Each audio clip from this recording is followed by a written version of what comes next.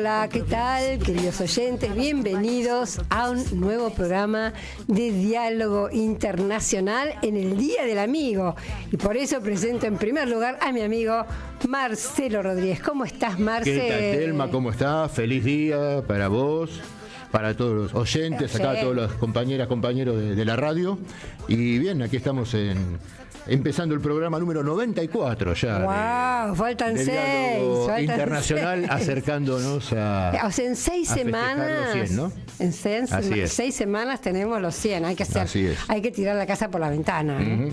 Bueno, sí, feliz Día del Amigo para todos los oyentes, las oyentas y para nuestra querida equipo de Radio AM. Me trabé. AM530. AM530, sí señor. Bueno, en primer lugar le damos también un saludo a la distancia a Atilio Borón, a Paula Klachko y a Federico Montero, que están en este momento de vacaciones. En distintos viajes. En distintos viajes, exacto. Así que les mandamos a nuestros queridos amigos y amigas y también a nuestro querido equipo.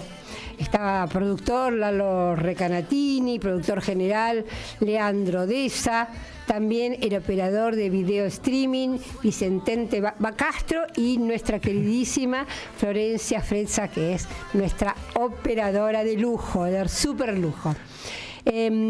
También queremos saludar a Noelia Giorgi de la Universidad Nacional de Avellaneda y a Rodolfo Amaui también de la UNDAV o Universidad de Avellaneda, porque somos AM530, somos radio, y FM 90.7 Radio UNDAV y una red de emisoras hermanas de Latinoamérica.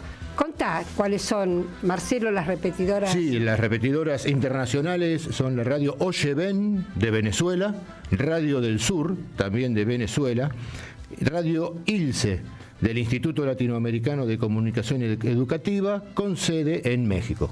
Muy bien, y las repetidoras nacionales, FM Mestiza, Radio 88.5 de la Universidad Nacional Arturo Jaureche de Florencio Varela, FM Radio UNER 100.3 de Paraná, Universidad Nacional de Entre Ríos, Radio Achala de Mina Clavero, Córdoba, FM 90.3 Radio Bariloche y FM La Cigarra 96.7 de Salta.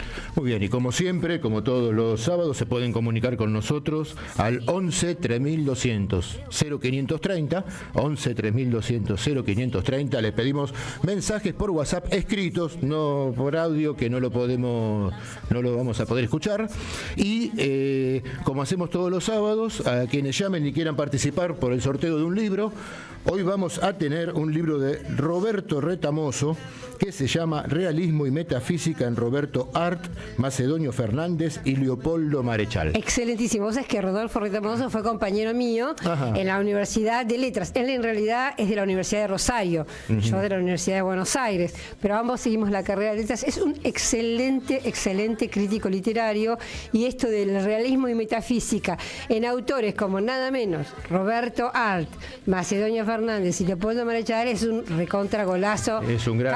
Casi te digo que me da un poco de envidia este libro. Es un gran libro que, como siempre, quien lo gane lo va a poder retirar la próxima semana en Librería Badaraco, Entre Ríos 921, Ciudad de Buenos Aires. Y tenemos un amigo que quiere saludarnos. A Marcelo, ver, ¿quién puede ser? ¿Lo escuchamos? Hola, Hola, ¿cómo les va? ¿Qué tal, Telma? ¿Qué tal, Marcelo? Atilio, feliz Día del Amigo. ¿Cómo andan? Muy bien. ¿Qué tal? ¿Cómo estás? Bien, entrando ya a la ciudad de Buenos Aires, o sea que en pocos minutos voy a poder conectarme plenamente con ustedes por el streaming, si está funcionando, pero antes de hacerlo quería dejar sentado una protesta. ¿Puede ser? ¿Cómo no? A ver. La protesta es porque me han inundado con mensajes sobre el Día del Amigo. Y resulta que el Día del Amigo conmemora la llegada de un cosmonauta norteamericano a la Luna, el día 20 de julio. Y yo no quiero que la amistad que tenemos que realmente abrazar con mucha fuerza nosotros como un valor humano, esté marcada por la llegada de un cosmonauta que fue enviado a la Luna en el marco de la competencia publicitaria en contra de la Unión Soviética en el año 1969. Y fíjate vos que son muy pocos los países que festejan el Día del Amigo el 20, son Argentina, Chile, Uruguay, Brasil y España, ¿no es cierto? Entonces yo estoy haciendo una campaña para que tengamos otro Día del Amigo, ojo, evitando lo que es muy común en buena parte de América Latina y el Caribe, que es tomar el Día de San Valentín, que es otro invento norteamericano, el 14 de febrero. Entonces, creo que tenemos nosotros en América Latina que crear un Día del Amigo, de la amiga, de lo que sea, pero de una fecha que no tenga nada que ver con el imperio, por favor, ni la llegada de un norteamericano a la Luna, que lo mandaron para hacer la competencia propagandística en contra de la Unión Soviética, ni con San Valentín, que es otro tema propio de la cultura americana. Así que dejo sentada mi protesta al público y pedirle al público que no solamente llamen para ver si se ganan ese magnífico libro que recién acaban de anunciar ustedes, sino también para que nos propongan días en los cuales podríamos celebrar el Día de los Amigos. ¿Les parece? Muy bien, dejamos asentada tu protesta y tu propuesta, entonces, las dos cosas. Muy así bien. es, así es. Y bueno, yo me quedo escuchándolos y en un ratito ya voy a estar enganchado por streaming o por lo que sea. ¿Está bien? Perfecto, Muy lo bien. esperamos. Me quedo escuchándolos por la radio nomás. Chao, Bueno, chao, un chao, abrazo y hasta hasta muy luego. hasta luego, chao.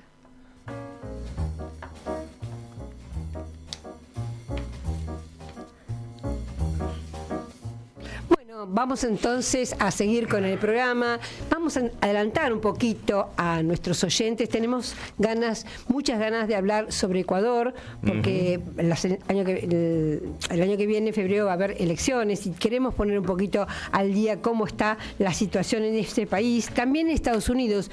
Ustedes recordarán, queridos oyentes, que el sábado pasado, cuando estábamos en pleno programa, ya faltaba poquito para Faltaba que poco para que terminara. termine, ¿no? De repente, nuestro compañero Federico Montero empieza a enviar, bueno, hay alerta, algo pasó en Estados Unidos y efectivamente había pasado que el expresidente y actual candidato a la Casa Blanca, Donald Trump, había sufrido un intento de asesinato que falló en Pensilvania.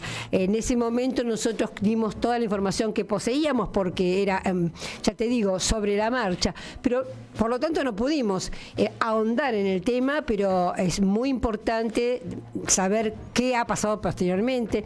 Casi seguro que este intento le va a dar... Claro, las repercusiones que esto tiene, ¿no? Las consecuencias. Va a dar un caudal de votos más importantes y sobre todo porque el otro candidato, su rival, el actual presidente Joe Biden, que quiere ser reelegido por el Partido Demócrata, está cada vez menos elegido, cada vez menos popular, y se suma esas ausencias, esos problemas cognitivos, incluso problemas motores tiene, se cae. Ahora está aislado por COVID, además. Está al lado porque entonces toda esta situación ha hecho que el Partido Demócrata presione muy fuertemente para que se baje de la campaña y no sea el candidato. El candidato se va a elegir en 19 y 20 de agosto en Chicago. Bueno, ¿qué va a pasar? ¿Va a ser Joe Biden el candidato? ¿Van a elegir otra persona? En cualquier caso, me parece, hay un enorme riesgo, porque si es Joe Biden, las encuestas le dan pésimo. Donald Trump gana por afano. Y si no es Joe Biden, el candidato que elijan va a tener tan poco tiempo para la campaña y va a ser tan poco conocido que tampoco va a poder contra Donald Trump. Porque no aparece hasta ahora ningún candidato o candidata con la fuerza suficiente para poder en tan corto tiempo llevar adelante la campaña. Por lo menos hasta ahora. Sabemos que las cosas se pueden cambiar, ¿no? Se pueden modificar, pero hasta hoy, con toda la expectativa que hay de si Biden renuncia o no, no aparece con claridad quién podría ser su sucesor o sucesora en condiciones de competir. Exactamente, por eso nos merecemos, los oyentes y nosotros, escuchar a alguien que vive en Estados Unidos y que nos cuente un poco qué es lo que puede estar pasando, si va a haber candidato, si no va a haber candidato, si Donald Trump, que se hace el héroe ahora a partir de ese intento fallido de asesinato, tiene ya el camino allanado, en fin, todas las preguntas que nos podemos estar haciendo por este momento. Así que, si les parece, les convido ya a la primera nota. A ver si ya estamos... Bueno, vamos a ir entonces, como les prometimos, a Ecuador. Nuestra entrevistada es una abogada ecuatoriana, prefecta reelecta de la provincia de Pichincha, que es donde está Quito, la capital de Ecuador, y es precandidata a la presidencia de Ecuador por el partido del presidente Correa. Se llama Revolución Ciudadana el partido. Estamos hablando de Paola Pavón. Muchas veces ha estado en nuestro programa. Hola, querida Paola, ¿cómo estás? Hola, Telma, ¿cómo estás? Un abrazo a todos ustedes. Un saludo cariñoso para Argentina, para Buenos Aires. Muchísimas. Muy contenta y emocionada de poder estar con ustedes esta tarde. Muchísimas gracias, Paola. Estoy acá con Marcelo Rodríguez y bueno, acá te dejo con Marcelo para la primera pregunta. ¿Qué tal, Paola? ¿Cómo estás? Un gusto, como siempre, que estés con nosotros. Hola, Marcelo, qué alegría saludarte. Muy contenta. Empezando ya los momentos electorales aquí en el Ecuador. Arrancó ya la campaña electoral. Eso mismo queríamos hablar con vos, ¿no? Sabemos que están arrancando la campaña electoral, que ahora a principios de agosto se van a definir las candidaturas presidenciales para las elecciones de febrero del 2025. Y queríamos, bueno, que nos cuentes cómo está en este momento la situación en Ecuador y en qué contexto se están lanzando estas campañas. Bueno, como tú sabes, el año pasado se vivió un proceso electoral a propósito de la muerte cruzada, que fue un adelanto de elecciones por el tiempo que le restaba al expresidente Guillermo Lasso. En esa ocasión, quien logró captar la presidencia fue Daniel Noboa. Y hoy arranca ya el proceso electoral para el siguiente periodo. Las elecciones serían en febrero del siguiente año y la duración sería el periodo total por 4 años. Nosotros como Revolución Ciudadana hemos empezado varios procesos democráticos dentro de nuestra organización política. Acabamos de pasar un proceso de renovación de directivas en los distintos territorios. Ha sido un proceso interesante, un ejercicio democrático y en esa medida también hemos arrancado las internas de nuestra organización para definir el mejor binomio que pueda concretar el triunfo del pueblo ecuatoriano en febrero del próximo año. Ahí vos estás como precandidata a la presidencia por Revolución Ciudadana y hemos leído unos reportajes, Paola, que te han hecho en estos días, donde hablas de la importancia de tratar de impulsar un frente de todas esas fuerzas que se están oponiendo al modelo neoliberal, ¿no? Mira, nosotros estamos planteando la necesidad de un cambio de modelo, no solamente un cambio de gobierno. Los últimos 7 años han sido 7 años muy duros para el pueblo ecuatoriano.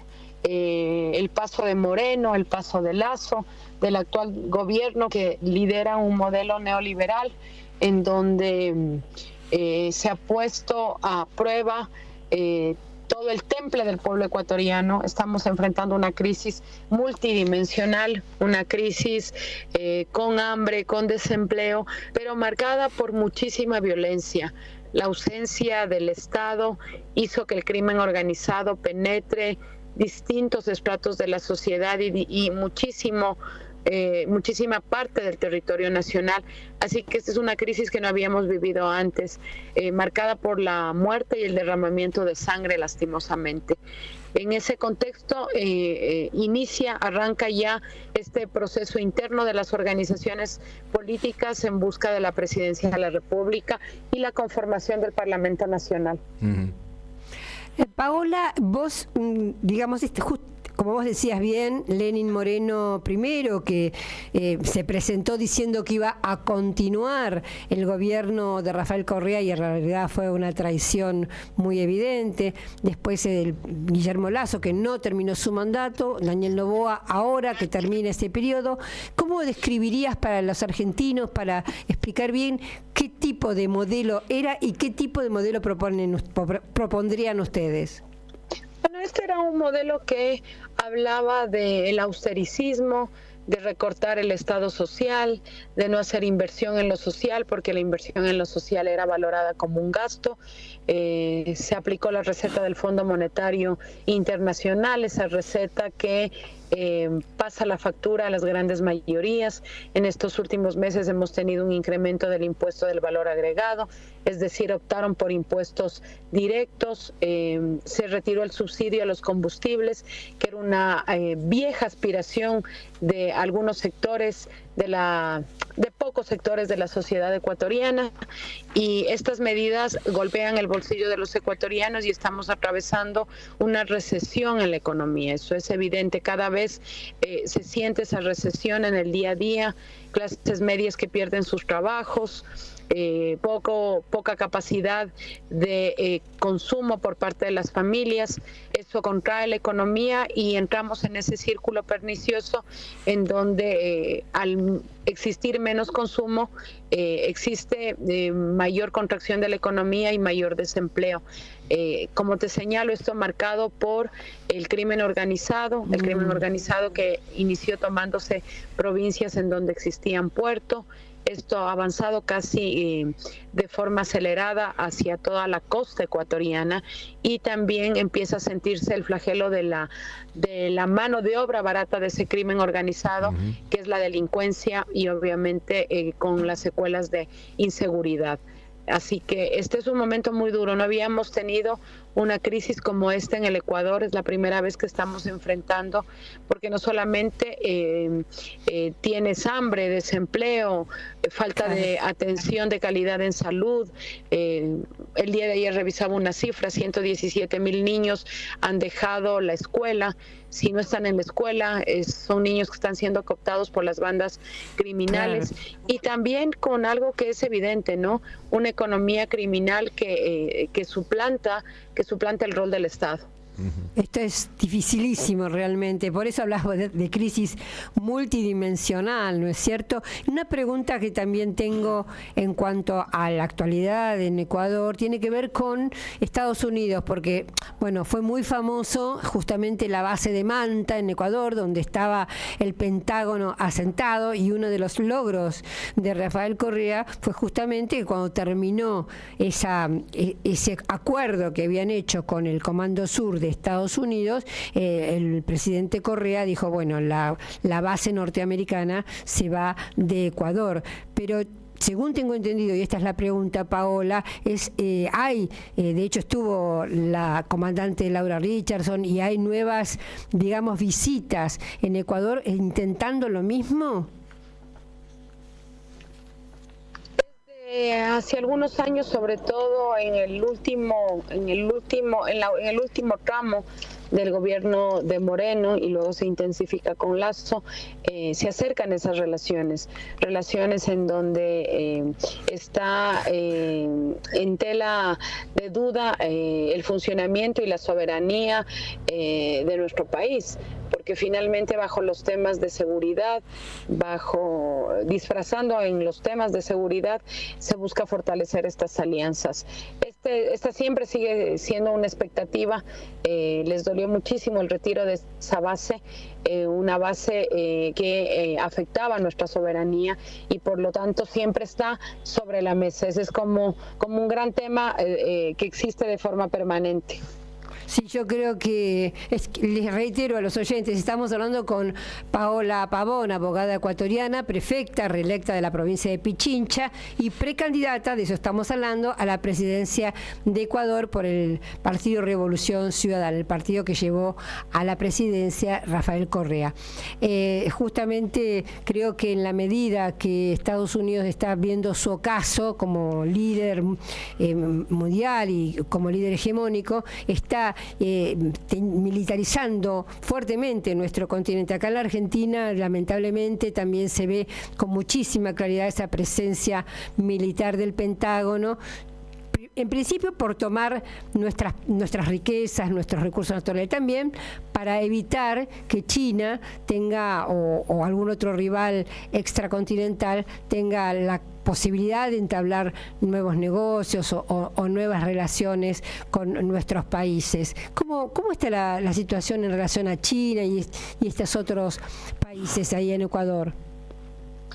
Comentarte que en este periodo se concretó el acuerdo comercial entre Ecuador y China.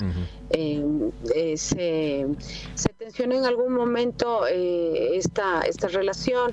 Inicialmente parecía que no iba a haber apoyo desde la Asamblea Nacional a este acuerdo comercial y finalmente se lo concretó, así que también está fortaleciéndose esa relación. Más bien yo me atrevería a comentar respecto de los distintos pasajes erráticos que ha mantenido Ecuador desde su política internacional, comentar lo que fue el impasse con Rusia a propósito del fortalecimiento de la relación con Estados Unidos y también lamentablemente lo que sucedió en la Embajada de México. Esto nos ha colocado en un escenario difícil en el contexto internacional. Hay un rechazo a esta política de no reconocer los elementos básicos del derecho internacional. Sí, recordemos lo que pasó en la embajada, ¿no? ¿Le recordarías, Paola? Recordarles que hubo un asalto a la Embajada de México. Ustedes conocen que el ex vicepresidente Jorge Glass había solicitado asilo en la embajada, recibió la calidad de asilado político y en vez de que el Estado ecuatoriano garantice su salvoconducto para su salida, se hizo una incursión atropellada con la fuerza pública en la embajada para la detención arbitraria de Jorge Glass. Muy bien. Paola, te hago una última pregunta antes de que se nos vaya terminando el tiempo. ¿Qué resumen nos podés hacer? ¿Cómo está la situación del gobierno de Noboa y qué posibilidades ves que claramente se puede tener desde la Revolución Ciudadana para ganar las elecciones del próximo año? Mira, nosotros hemos iniciado un proceso democrático interno, estamos terciando 4 compañeros, cualquiera de los 4 con excelentes credenciales. Estoy convencida que cualquiera de nosotros haríamos un mejor gobierno que estos 3 últimos gobiernos, porque hay una vocación de servicio, una vocación social, un compromiso con las grandes mayorías y también con los sectores medios, los sectores empresariales que se ven afectados por estos 7 años de este modelo neoliberal que solamente nos deja pobreza y hambre. Estamos con posibilidades, somos la organización política más fuerte que tiene el Ecuador. Estos días hemos visto cómo organizaciones políticas están buscando candidatos y candidatos sin partido buscando organizaciones políticas. En este momento lo que nos convoca a nosotros es este llamado a la ampliación, a lograr que los distintos sectores más allá de la Revolución Ciudadana que están interesados en este cambio puedan consolidar una propuesta progresista más amplia. Esa es nuestra expectativa. Esperemos que se pueda concretar. El calendario electoral empieza a correr. Se tendrá que definir quién será el binomio presidencial de la Revolución Ciudadana y la lista para el Parlamento a inicios del mes de agosto. Así que seguiremos haciendo todos los esfuerzos necesarios para convocar a las organizaciones sociales, también a organizaciones políticas, pero sobre todo empatizar con esas demandas de toda una ciudadanía. No hay un solo sector en el pueblo ecuatoriano que esté satisfecho con lo que han sido estos 7 años. Si no te ha afectado la economía, si no ves afectado tu bolsillo, estás viviendo momentos de angustia, de dolor por la inseguridad. Muchas familias ecuatorianas han migrado, han tomado la ruta dolorosa de partir sin sentir que en su país tienen la posibilidad de sobrevivencia. Así que es una elección dura, va a ser una elección difícil, pero esperemos que con el cariño del pueblo ecuatoriano volvamos a retomar la conducción del Estado para el bien de todos y todas. Bueno, Paola, muchísimas gracias por esta entrevista. Vamos a ver cómo. Mucha suerte con tu precandidatura. Muchísimas gracias, un abrazo a todos. Te mandamos un abrazo. Gracias.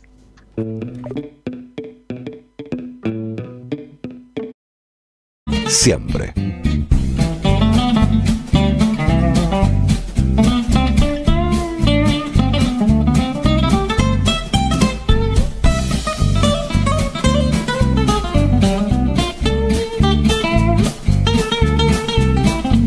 Seguí a la Radio de las Madres por YouTube.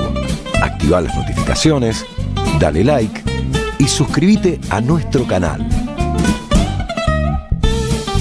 Somos Radio AM530. Construimos comunidad. Buscamos la verdad siempre.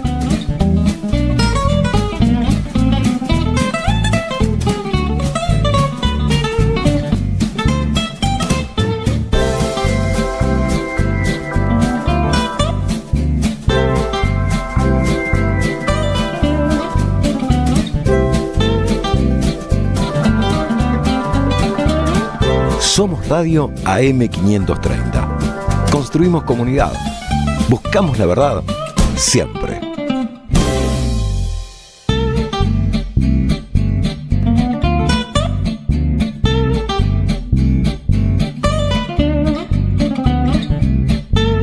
Seguí a la Radio de las Madres por YouTube. Activá las notificaciones, dale like y suscríbete a nuestro canal. Somos Radio AM530. Construimos comunidad. Buscamos la verdad siempre.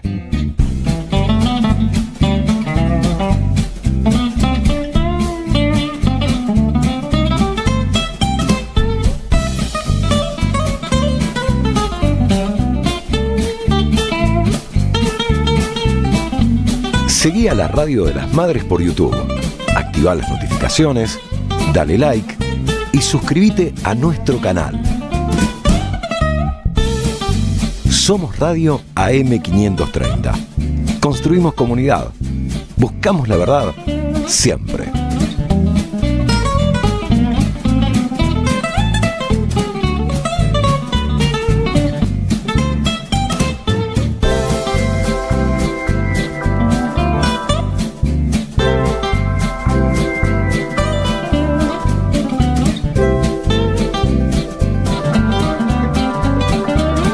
Somos Radio AM530. Construimos comunidad. Buscamos la verdad siempre.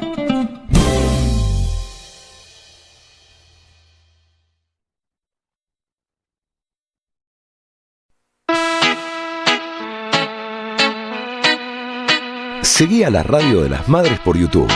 Activá las notificaciones, dale like y suscríbete a nuestro canal. Somos Radio AM530. Construimos comunidad.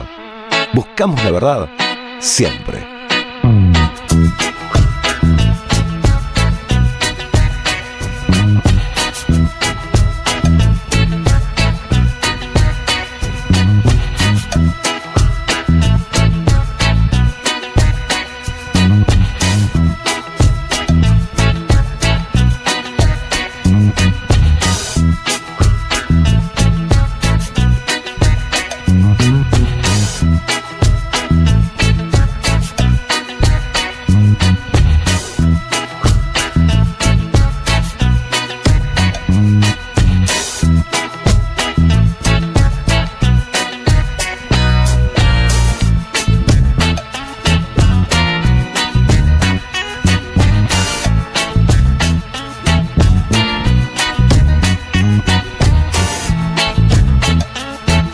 Radio AM530. Construimos comunidad.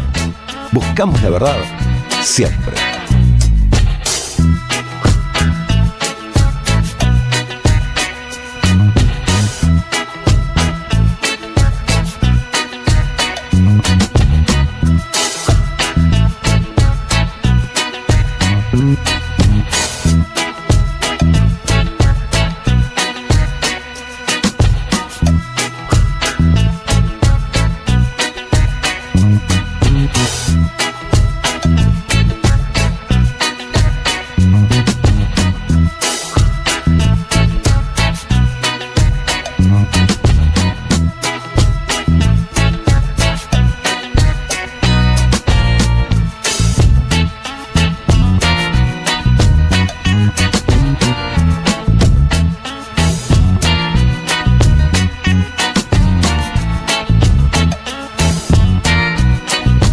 Seguí a la Radio de las Madres por YouTube, activá las notificaciones, dale like y suscríbete a nuestro canal.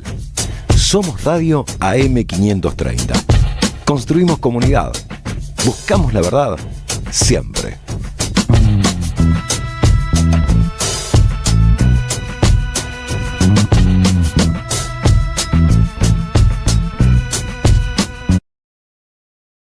Bueno, acá de vuelta tenemos un montón de mensajes. Por el libro Realismo y Metafísica de Roberto Art, Macedonio Fernández y Leopoldo Marechal, de Roberto Retamoso, hay muchos que están anotados. Augusto de Caballito, Jenny de Cava, Sil Centeno, Juan Miguel Martínez y otros. Por ahora leo estos. Y después también varios que se engancharon con la propuesta de Atilio Borón de cambiar el Día del Amigo y que no sea el día que llegó el hombre a la luna, sino una fecha argentina o latinoamericana.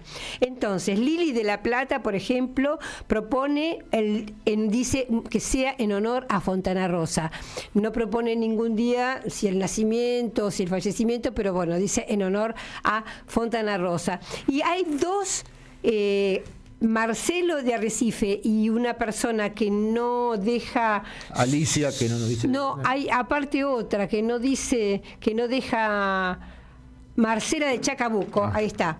Marcelo de Arrecife y Marcela de Chacabuco, que proponen el Día del Abrazo de San Martín y Bolívar, que es el 26 de julio, una fecha también que recuerda a... el día de Evita, ¿no? El día de que murió Evita Perón.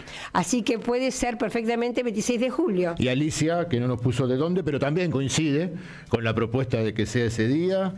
Y Estela de Ituzaingó está bueno también. El día ese, el abrazo de San Martín y Bolívar está bueno, ¿no? Estela de Ituzaingó también nos escribe y nos dice el día de nacimiento de Juana Zurduy, puede ser también el Día del Amigo. Marcelo de Berizo, que nos escribe de nuevo y nos dice, se podría aprovechar el Día del Año Nuevo Chino. Es una muy buena fiesta.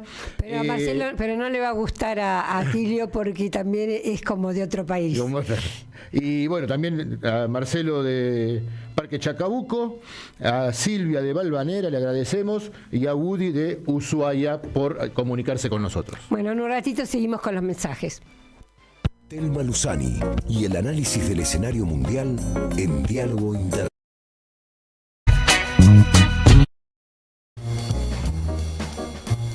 Bueno, y yo tengo algo muy importante para comentarles y tiene que ver con un personaje que no es tan conocido en la Argentina, que se llama Víctor Orbán y es el primer ministro de Hungría. No obstante, les comento algo, justamente el señor Víctor Orbán de Hungría, como también estuvo el señor Vladimir Zelensky de Ucrania, ustedes recordarán eso. Les quiero hablar hoy de Víctor Orbán, entonces, primer ministro de Hungría, porque este hombre provocó un terremoto en la Unión Europea. O más que emprender un terremoto, yo diría que sacó al desnudo la grieta, las fricciones, los enfrentamientos que ya están en la Unión Europea y que se notan entre ellos en las reuniones, pero no salen completamente a la luz. Este hombre las está sacando. ¿Cómo? La Unión Europea, como Mercosur, tiene una presidencia rotativa que cambia cada 6 meses. El 1 de julio asumió Hungría la presidencia rotativa de la Unión Europea. Es decir, Víctor Orbán pasó a ser, además de seguir siendo, por supuesto, primer ministro de Hungría, pasó a ser el presidente de la Unión Europea, el 1 de julio hasta el 31 de diciembre de este año. El 2 de julio ya empezó con el terremoto. Lo que hizo el 2 de julio fue viajar a Kiev, la capital de Ucrania, entrevistarse con Zelensky, con quien no se lleva bien, porque digamos que Orbán es un dirigente prorruso muy cercano a Vladimir Putin. De hecho, como comentaba yo, cuando estuvo acá en la Argentina hubo ciertas discusiones que las cámaras de televisión argentina captaron. Pero bueno, el 2 de julio Orbán visitó a Zelensky con la idea de charlar para que haya condiciones de una negociación de paz entre Rusia y Ucrania. Concretamente lo que quiere Orbán es ponerle punto final a la guerra en Ucrania. Y esto obviamente es bastante complicado en una Unión Europea que lo único que está pensando es en incrementar el belicismo, incrementar el envío de armas. Incluso, por ejemplo, Francia habló de enviar tropas a Ucrania, es decir, se opone a la política que la Unión Europea, siguiendo a Estados Unidos obviamente, se propone para Ucrania. Esto fue el 2 de julio. El 5 de julio viajó a Moscú a reunirse con el presidente Vladimir Putin. Según dijo el Kremlin, habían tenido una conversación muy sincera, pero que no fue a llevarle ningún mensaje de Zelensky, Víctor Orbán. 3 días después viaja a Beijing para entrevistarse con el presidente Xi Jinping, con un gran recibimiento muy caluroso, y Xi Jinping, inmediatamente después de que se fue, dijo que a todas las partes les interesa una solución política mediante un pronto el alto el fuego. Fíjense ustedes el nivel de dirigencia que está negociando Víctor Orbán. De ahí se fue a Washington, donde se celebraba el 75 aniversario de la OTAN, entre el 9 y el 11 de julio. Ahí fue muy fríamente recibido porque justamente todos los miembros de la OTAN, la mayoría de la Unión Europea, no están para nada a favor de la paz en Ucrania, sino todo lo contrario. La OTAN quiere seguir la guerra, como se dice comúnmente, hasta el último ucraniano. Nos reímos, pero es patético, ¿no? Y bueno, ya ahí la ministra alemana de Asuntos Exteriores habló de irritación de la Unión Europea con Orbán. El presidente Emmanuel Macron habló que no lo representaba, que Orbán se había cortado solo, que todo lo que había hecho había sido sin consulta, y también Olaf Scholz, el canciller de Alemania, dejó muy claro que lo que hacía Orbán era en calidad de húngaro, no en calidad de presidente de la Unión Europea. O sea, se apartaron concretamente. Y te digo más, Marcelo, se están planificando boicots contra Orbán. Es decir, como Orbán, como presidente de la Unión Europea, tiene que coordinar distintas reuniones de ministros de Trabajo, de ministros de Defensa, de ministros de Asuntos Exteriores en Budapest, que es la capital de Hungría. Bueno, ya están, por un lado, diciendo que no van a ir, por ejemplo, los ministros de Trabajo ya dijeron que en octubre no van a ir, y lo que está haciendo, otras cosas que están haciendo es meter reuniones paralelas en las mismas fechas en las que convoca Orbán para tener excusa para no ir. Es decir, están haciendo un boicot directo a Orbán. Pero ¿por qué pienso y digo que esta gira de Orbán es tan importante, porque después de Washington lo que hizo fue irse a Miami. Ahí se encontró con Donald Trump el 12 de julio, el día antes del atentado. Todavía no sabíamos que iba a ser el atentado y todavía no sabíamos que prácticamente Donald Trump va a ser el próximo presidente de los Estados Unidos. Se reunió con Trump y Trump también le dijo que estaba muy a favor de empezar negociaciones de paz. Ese día Orbán le escribió una carta a todos sus pares europeos, a sus colegas, y en esa carta dice que les cuenta que Trump, les digo textual, Trump tiene planes detallados y bien fundamentados para convertirse en mediador de paz. Esto lo va a hacer incluso antes de asumir, si es que gana, si es que tiene la victoria. Propongo, dice Orbán, debatir este tema como una política racional en toda Europa. Y da un argumento económico súper interesante. Dice, Europa tuvo su mejor época económica, su momento de florecimiento, cuando había paz. Desde que tenemos guerra, hace 2 años y medio, estamos perdiendo negocios en la arena internacional y estamos entrando en crisis económicas todos nuestros países. Nosotros nos desarrollamos cuando tenemos paz. Entonces, dejemos de lado, esta es una gran oportunidad, pongámonos las pilas y hagamos la paz. Y me parece interesante porque no propone la paz en Ucrania por ser bueno, por ser pacifista o por cuestiones morales. Lo dice concretamente por cuestiones económicas. Dice, es una situación en la que podemos encontrar una oportunidad para un nuevo capítulo en nuestra política. Y sigue diciendo, nosotros hacemos una réplica de lo que dice Estados Unidos. Tal vez sea el momento de ser soberanos y de hacer una política propia europea. Esto es realmente revolucionario, podemos decir, porque nunca Europa se animó a decir nos queremos independizar de Estados Unidos, ¿no es cierto? Como les decía, esto causó una enorme irritación, una furia en la mayoría de los líderes europeos que han propuesto entonces boicotear a Orbán como presidente de la Unión Europea. Esto queda acá, porque hoy ¿qué día es? Hoy es 20. Hace 20 días nada más que Víctor Orbán está en el poder. Vamos a ver qué pasa en los próximos 5 meses y 10 días. Creo, y si gana Donald Trump, como parecería indicar los temas de encuestas, en noviembre, es muy probable que cambie todo, que cambie no solo el mapa norteamericano, que cambie el mapa europeo y diría yo, incluso el mapa mundial. La gran pregunta es qué va a hacer Europa, si va a seguir siendo sumisa y siguiendo los dictámenes de los demócratas de Estados Unidos o si va a tener que acomodarse al modelo de Donald Trump. Diálogo Internacional.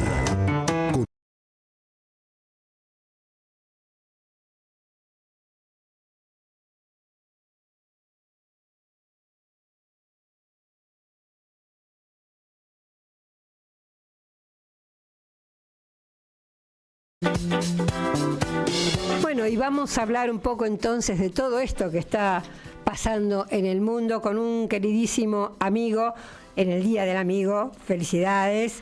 Se llama Carlos Raimundi, es abogado, docente universitario, ex diputado nacional y ex embajador argentino ante la OEA y autor de un libro que recomiendo fervientemente, que tiene que ver justamente con su experiencia en la OEA, ¿no?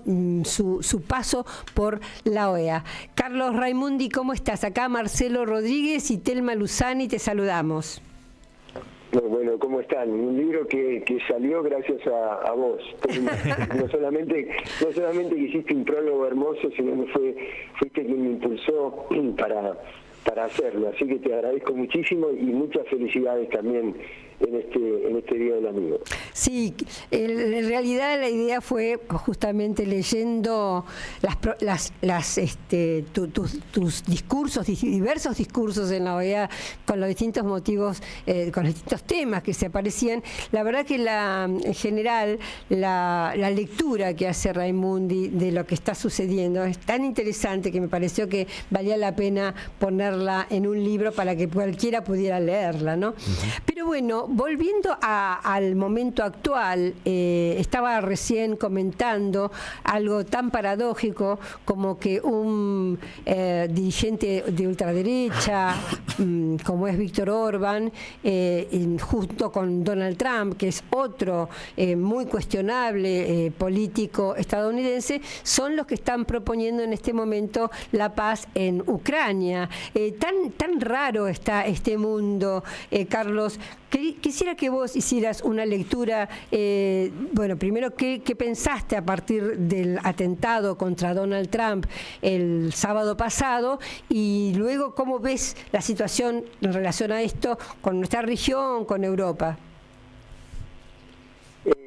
Bueno, mira, Telma, yo como suelo tratar de tener para todos los temas políticos una visión sistémica, y no una mirada coyuntural de las cosas que suceden. Me parece que cada uno de estos acontecimientos forma parte de un proceso, ¿no? En el caso de los Estados Unidos, creo tener una mirada muy similar a la que vos pusiste en uno de tus artículos recientes. El atentado es un eslabón más de una cadena de violencia política muy fuerte, pero que al mismo tiempo es parte de un proceso de decadencia muy grande. Es decir, lo que está sucediendo no es un hecho puntual. Recién en otra entrevista un periodista me decía, son cosas que lo sorprenden a uno, ¿no? Como el tema de la inestabilidad o la fragilidad de la candidatura de Biden, etcétera. No, claro, lo que pasa es que nosotros estamos acostumbrados a una imagen de los Estados Unidos de liderazgo, que cuando digo esta palabra no le doy una connotación exclusivamente positiva. Cuando hay un liderazgo en base a una autoridad moral, a una posición de principios, es positivo. Cuando el liderazgo se fundamenta en despliegue militar, invasiones, financiamiento de dictaduras, asesinato de líderes, bombardeos, esas cosas, ahí tiene una connotación negativa, pero los Estados Unidos ejercían hasta hace muy poco tiempo una posición dominante en el mundo que ya no ejercen. Y entonces comienzan a producirse lo que en lenguaje marxista se llamaría la aparición de fracciones de clase, ¿no? Es decir, al interior de esos intereses imperialistas comienzan a surgir diferencias. Y entonces hay algunos que el predominio de los Estados Unidos lo quieren buscar a través del complejo militar industrial, teniendo como principal oponente a Rusia, o creyendo que a través de Rusia podían contener a China, ¿no? Es decir, la expansión hacia Europa, cortarla con la guerra de Ucrania, la expansión hacia el Pacífico, cortarla por la Ucrania del Este, digamos que sería Taiwán. Trump tiene una mirada distinta. Para los dos el enemigo central es China, pero la manera de combatirlo es distinta, ¿no? Vos recordarás, no por edad, sino por conocimiento, cuando en el año 71-72 se produce el distanciamiento entre China y Rusia, ¿qué le dice Kissinger a Nixon? Aprovechemos ese distanciamiento, hagámonos amigos de China porque el enemigo central es la Unión Soviética. Y yo creo que Trump en este momento está teniendo una mirada similar, pero intercambiando los oponentes, ¿no? En este momento el enemigo estratégico es China, lo que hay que hacer es tratar de mantener mejores relaciones con Rusia para evitar el acercamiento estratégico que están teniendo entre Rusia y China, ¿no? Y apostar más a la relocalización de capitales industriales y demás, pero en términos En términos de la relación con América Latina, yo no creo que la elección de Estados Unidos implique un cambio fundamental si es Trump, que seguramente va a ser, o si es el Partido Demócrata quien gobierna, porque los dos representan perfiles distintos desde el punto de vista de los grupos en los que se apoyan para el desarrollo de los Estados Unidos en sí mismo, pero no tienen diferencia en cuanto a la dependencia del sistema financiero que tiene un país como la Argentina. Sí, ¿qué tal? ¿Cómo estás? Te saluda Marcelo Rodríguez, Carlos. ¿Qué tal, Marcelo? Bien. En línea con lo que vos estás diciendo de lo que significarían las elecciones de Estados Unidos para la política en América Latina y viniendo un poquito acá para la Argentina. Entonces, ¿cómo ves esta esperanza que parece tiene el gobierno de Milei, que un triunfo de Trump podría facilitar la llegada de préstamos, una mejor relación con el Fondo Monetario, etcétera, ¿no? Que parece que mucho de lo que está jugando el gobierno se va a dirimir en las elecciones de Estados Unidos, por lo que dicen los funcionarios más cercanos a Milei, ¿no?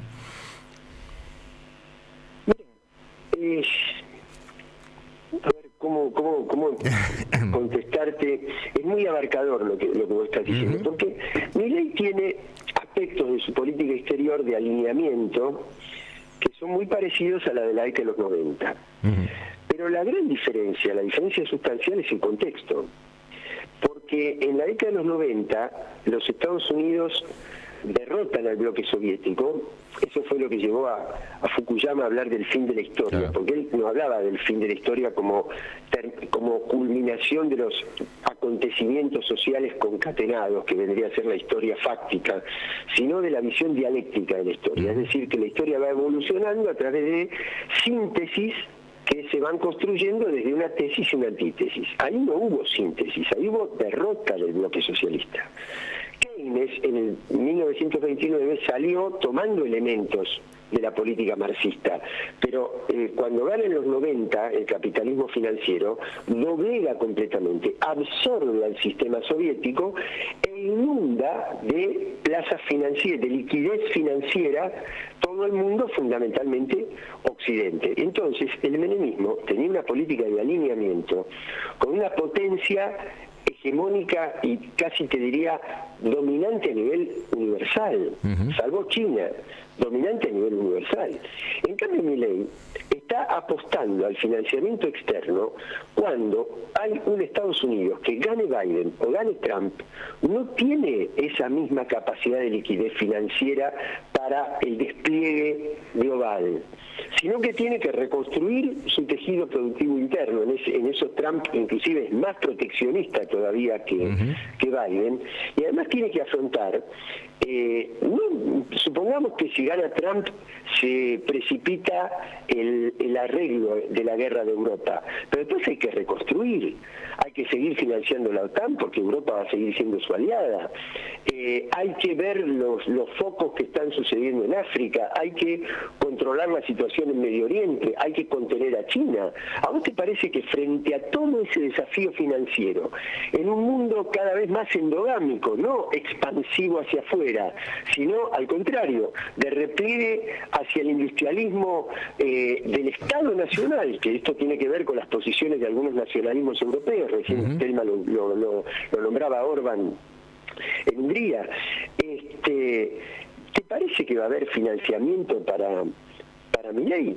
Ellos se parecen en el histrionismo, se parecen en los antiderechos, se parecen en el anticomunismo, pero desde el punto de vista de las políticas internas, bueno, te diría, con todo lo que lo deploro, me gustaría que Milei piense en traer alguna industria a la Argentina, que es lo que está predicando Trump, ¿no? Y sin embargo es todo lo contrario, es entregar a las corporaciones. Yo creo que ahí no hay similitud, porque esto es como creer que, como históricamente los demócratas tuvieron siempre mejor relación con los sindicatos en Estados Unidos, podían tener políticas hacia la Argentina proclives a la CGT. ¿Qué tiene que ver una cosa con la otra? Trump, justamente porque es proteccionista, va a tratar de que las corporaciones de origen de capital estadounidense le succionen la mayor cantidad posible de recursos a la Argentina y se queden con la mayor cantidad de empresas de la Argentina y de toda América Latina. Ahí no hay complementariedad.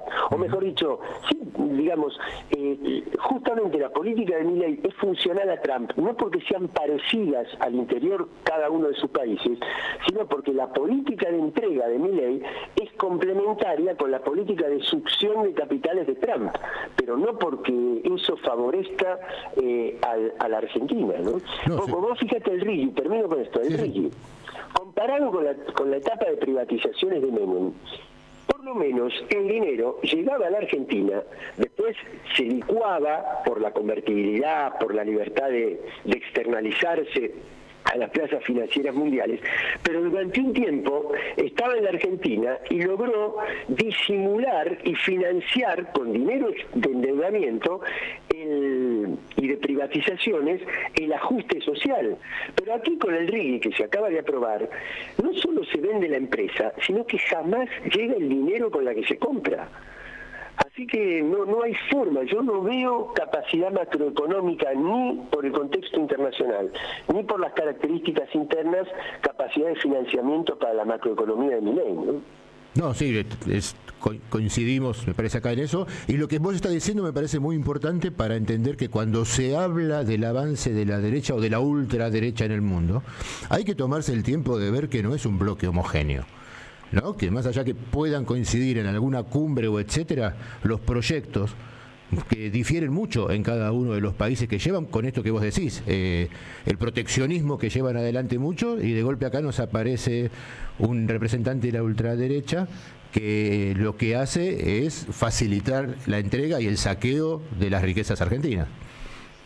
Sí, lo que pasa es que nosotros estamos habituados a las categorías tradicionales para analizar estos nuevos fenómenos políticos, y me parece que no encuadran en las categorías tradicionales, porque vos fíjate que vos tenés un discurso como el de Meloni en Italia, que en términos de anti-inmigración, discriminación racial, discriminación sexual, etcétera, es parecido al de la derecha que vendría a representar Milei, que también ha dicho tenerla como una de las referencias. Pero es una persona que condena el colonialismo francés en África. Claro. Sí. ¿Entendés? Entonces yo creo que nosotros no tenemos que atender a las categorías tradicionales para encuadrar esto es derecha, esto es izquierda, sino ver los ejes que implican un desafío para nuestra política. El eje central es el antiimperialismo y la multipolaridad. Entonces, hay expresiones con las que yo no coincido en su política interna, no coincido en muchos de esos principios, etcétera, pero que están desempeñando un rol en el proceso de descolonización de Occidente, de creación de la multipolaridad, y no poner como si tuviera un mapa mundial y lo pudiera colorear, este es el grupo de países tal, este es el otro grupo, sino tengo que tomar tema por tema y ahí ver a dónde podemos tener aliados y dónde no, lo cual te da una capacidad de autonomía en tu política exterior muy grande, que es la que lamentablemente por el descuartizamiento de la unidad regional que está haciendo Milei, no podemos llevar adelante como bloque en América Latina, porque si no sería una oportunidad excelente para que América Latina se plantara como un bloque autónomo donde tomara cada uno de los puntos de la política exterior y allí estableciera un sistema de alianzas, un sistema de relaciones con mucho más autonomía que en otros momentos de la historia reciente. En realidad, visto como lo decís vos, Carlos, la asunción de Javier Milei ha sido un regalo del cielo para Estados Unidos, porque fíjate, estaba Andrés Manuel López Obrador en México, ahora acaba de ganar Claudia Sheinbaum, Lula en Brasil, el presidente de Colombia, Gustavo Petro, en fin, toda una nueva oleada diferente de repente a la de la primera década del siglo XXI, pero una nueva oleada antiimperialista y antineoliberal, te diría de alguna manera, muy interesante. El triunfo de Javier Milei en la Argentina realmente ha hecho trizas cualquier posibilidad, me parece, ¿no? Incluso abre las puertas a la militarización por parte de Estados Unidos. Sí, es la entrega absoluta. Mira, yo creo, perdónenme que a veces hago alguna referencia histórica, pero trato de hacerlo ilustrativamente. El neoliberalismo se pasa a ser conocido a nivel universal por las experiencias de Thatcher a partir del año 79 y de Reagan en el año 82 en Reino Unido y Estados Unidos. Pero el laboratorio de ensayo fueron primero Pinochet y después Martínez de Oz en América Latina. Así es.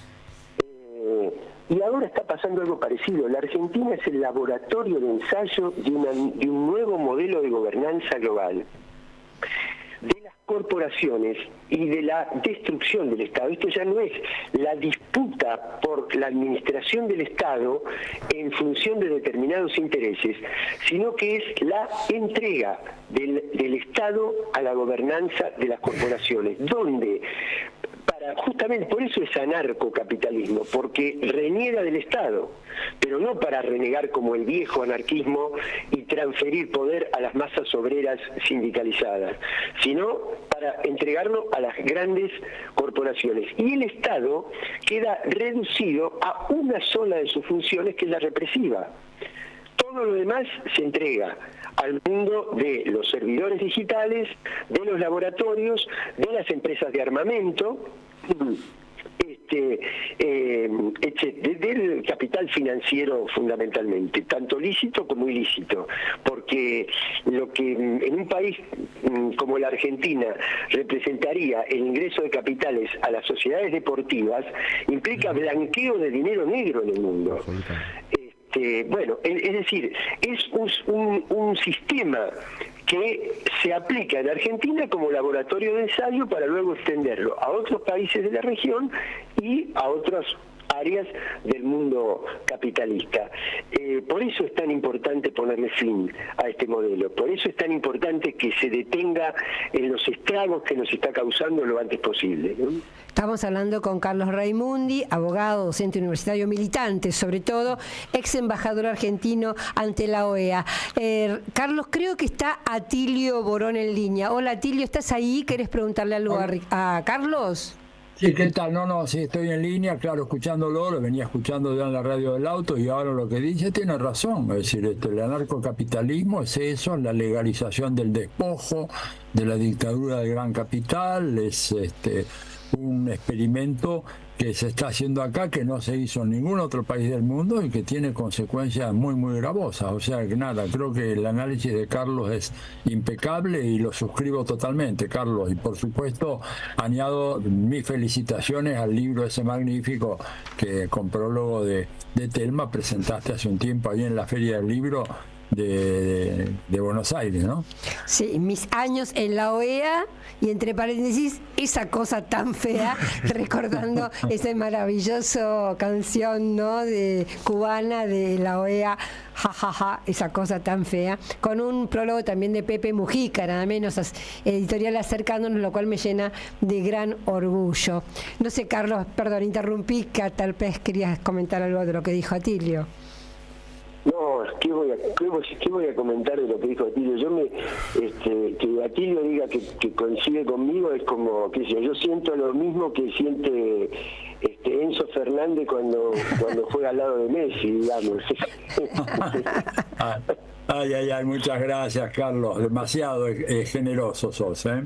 Pero la verdad, un excelente libro y pleno de observaciones muy agudas, hechas desde dentro, no desde las entrañas del monstruo, porque una cosa es estudiar la OEA desde acá, ¿verdad? Pero después hacer la reflexión que vos hacés, así habiendo estado ahí adentro, bueno, es algo impagable. Por eso el libro nos ha gustado tanto y por eso lo estamos difundiendo desde acá.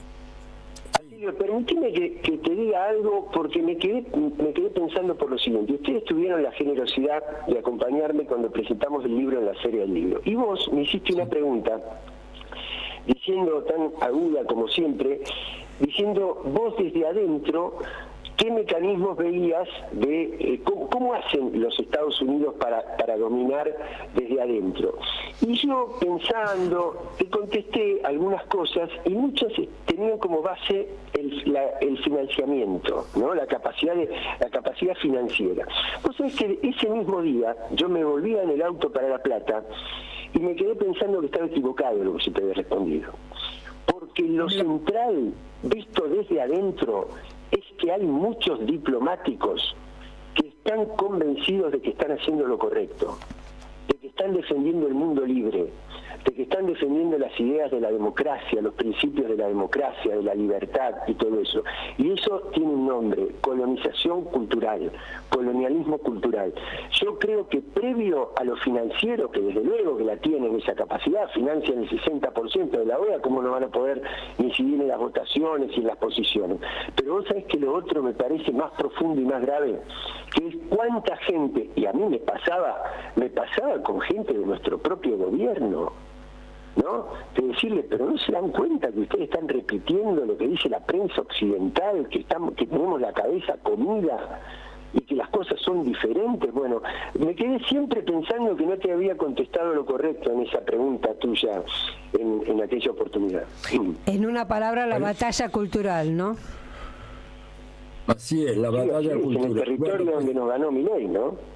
Así es. Bueno, pues la verdad que te agradezco mucho la deferencia de haber pensado en la respuesta y creo que has dado en el clavo. Es decir, el financiamiento cuenta, pero este colonialismo, esta colonialidad cultural que han logrado imponer, me imagino que debe tener un peso mayor todavía que el peso de las finanzas. Sí, que uno lo admite en personas que no tienen por qué estar demasiado informadas. Ahora, en altos funcionarios que tienen poder de decisión sobre la política exterior, creyendo que el alineamiento con los Estados Unidos o que hay un partido que gobierna y que es más bueno que el otro y que nos va a tender una mano, esa, en el mejor de los casos, ingenuidad no corresponde a un funcionario. Puede corresponder a una persona común, pero digamos que no tiene por qué estar especialmente informada, pero a un funcionario no. Así es. Muy bien, muchas gracias. Sí, muchas gracias, Carlos. No, al contrario. Esto me hace pensar un poco en el tema vinculado a la formación, ¿no? A la formación, y de paso quiero comentar que hay, ya que estás vos, Carlos, acá, me voy a permitir yo hacer lo que llamamos los periodistas un chivo, porque se está por realizar en forma presencial en La Plata una modalidad sincrónica y asincrónica de un curso de formación política de la que justamente Carlos Raimundi forma parte. Él va a hablar sobre la política latinoamericana. Jorge Elbaum y yo vamos a hablar de la política internacional del mundo, y es el Instituto de Capacitación Política y Estudios Estratégicos de La Plata, que lanza un curso de formación política para jóvenes. Así que todos aquellos que estén interesados, todos los jóvenes que estén interesados en ser parte de esta formación, tienen que escribir a, les digo, capacitación.icp@gmail.com. Es fácil. ¿Puedes repetirlo, por favor? Sí, lo voy a repetir. El ICP es de Instituto de Capacitación Política, ¿no? ICP. Entonces es capacitación.icp@gmail.com. Y hay un teléfono, que es el de La Plata, es 221, entonces 3579151. Queda mal que lo diga porque soy parte, pero la verdad que es súper interesante porque se trata justamente de una perspectiva crítica e integral de la historia reciente y de la actualidad global, regional y local. También va a haber, por supuesto, una formación en política nacional. Perdóname, Carlos, que hice esta interrupción. No, al contrario. Vos hablabas de la formación y realmente me parece que es un déficit enorme que tenemos. Al contrario, creo que compartimos una especialización en la Universidad Nacional de Quilmes, porque yo hoy di una de las clases y creo que vos habías dado clases anteriores también. Así que totalmente, para que tengamos un servicio exterior, una política exterior de calidad, necesitamos esta formación. Nuestro servicio exterior tiene que tener personas muy capacitadas en todo esto, pero ¿por qué? Porque nosotros venimos también, no porque esto implique que uno está formando futuros diplomáticos, no, es una formación integral, pero me refiero especialmente esa diplomacia de elitista, digamos, de la ópera y de los eventos culturales y de los cócteles y de las anécdotas superficiales, tiene que ser reemplazada por una diplomacia que esté formada por personas del pueblo, y por eso es tan importante la formación también. Así es. Bueno, Carlos, no sé si Atilio, Marcelo, ¿quieren hacer alguna otra pregunta? Si no, nos vamos despidiendo. Solo agradecerle a Carlos. Agradecemos, Carlos, bueno, entonces. Bueno, yo soy el agradecido. Un abrazo muy grande. Grande, hablamos entonces con... Un abrazo, Carlos. Un abrazo. Con Carlos Raimundi, ex embajador en la OEA, y una vez más repito su libro, Mis años en la OEA, esa cosa tan fea, de Carlos Raimundi. Diálogo Internacional.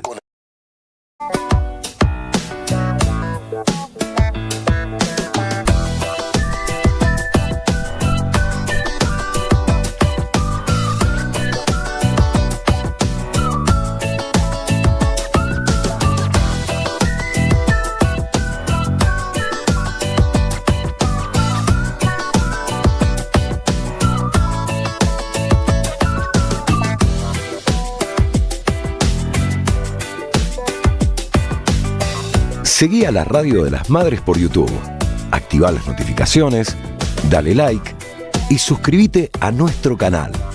Somos Radio AM530. Construimos comunidad. Buscamos la verdad siempre.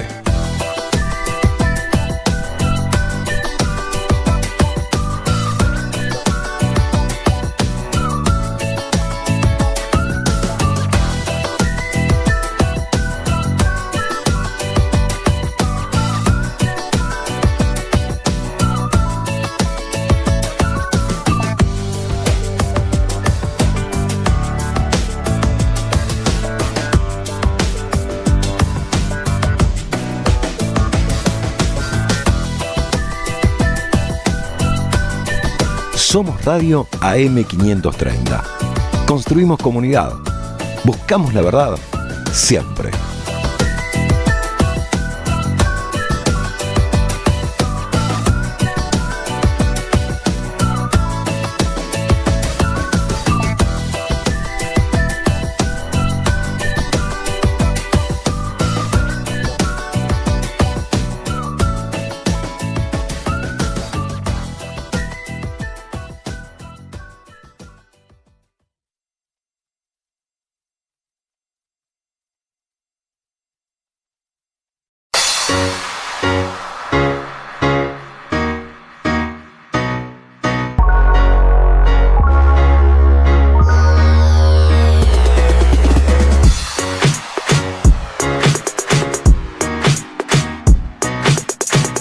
Seguí a la Radio de las Madres por YouTube, activá las notificaciones, dale like y suscríbete a nuestro canal.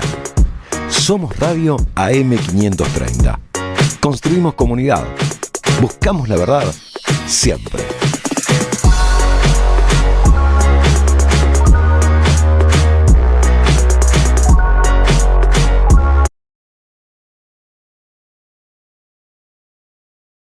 De mensajes hoy, tanto apoyando la propuesta de Atilio de cambiar el Día del Amigo, como para participar por el sorteo del libro, que les recordamos es un libro de Roberto Retamoso, Realismo y Metafísica en Roberto Art, Macedonio Fernández y Leopoldo Marechal, el libro que estamos sorteando hoy, y quien lo gane la semana que viene lo puede pasar a retirar por Entre Ríos 921, librería Badaraco en la ciudad de Buenos Aires. Y agradecemos a Liliana de Ramos Mejía, Mirta de Congreso, Julieta de Puerto Santa Cruz, Alicia de Caballito, que era la Alicia que habíamos dicho al principio que no había puesto de dónde era, acá nos dices, Alicia Caballito, muchas gracias Alicia, y Juan Manuel de Martínez también, que por ejemplo dice que el Día del Amigo podría ser el día que se encuentran en el norte San Martín y Belgrano. En Guayaquil. Como uno de los aportes, así lo pone él, en Guayaquil, exactamente. Y esa me parece que es la más votada, ¿eh? Me parece que el 26 de julio. Y está cerquita del día 20. Ahí 6 también, días después. Para el 26 de julio, y Carlos de Federico Álvarez, que dice el 2 de mayo, el día de la derrota del fascismo. Ah, bien. También. Bueno. La entrevista de Guayaquil es muy significativa, ¿eh? Muy Sí, significativa, es una fecha, ¿no es es cierto? verdad. Es un muy buen aporte, muy buen aporte. 26 de julio también es Moncada, ¿verdad? Claro. El 16 de julio es Moncada Así es. también. Y es el fallecimiento de Evita. Así que es como una fecha cargada de significación. Muy cargada. Pero el abrazo de San Martín y Bolívar es algo muy, muy significativo. Sí, sobre todo cuando la historia tradicional ha tratado de decir que estaban peleadísimos y que en realidad más que un abrazo fue una disputa, ¿no? Tratando siempre de dividirnos en lugar de buscar el acercamiento. Bueno, muy bien. ¿Qué tenemos ahora? Ahora vamos a tener, todavía falta un poquito, Atilio, pero tenemos muchas ganas de hablar. Habíamos estado hablando, creo que nos escuchaste, sobre el atentado que fue el sábado pasado. ¿Te acordás, Atilio, que estábamos en pleno programa cuando dijimos que había una alerta, y esta alerta era el atentado fallido contra Donald Trump, ¿verdad? Y estamos con ganas de hablar de alguien que esté allá, en Estados Unidos, para ver cómo se percibe esta situación.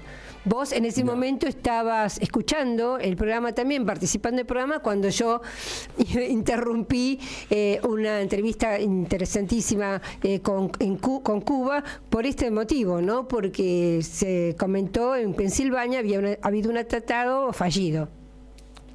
Sí, y que ha tenido una implicación muy importante. Yo estuve, a propósito de esto, creo que se sabe poco del atentado.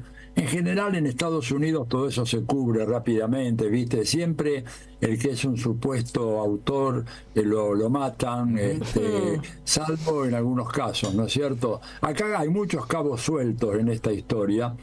No creo yo demasiado en que haya sido una conspiración, no sé, me faltan algunos elementos, ¿no es cierto? ¿Te inclinas por el lobo solitario? Mirá, porque hay muchos lobos solitarios en Estados Unidos. Acordémonos, el que mató a Ronald Reagan es un tipo que cuando lo detuvieron dijo que él quería impresionar a Jodie Foster, la actriz, famosa, gran actriz estadounidense, y que Jodie Foster sabía que él existía y que era una persona capaz de inclusive intentar asesinar a un presidente, un chiflado así.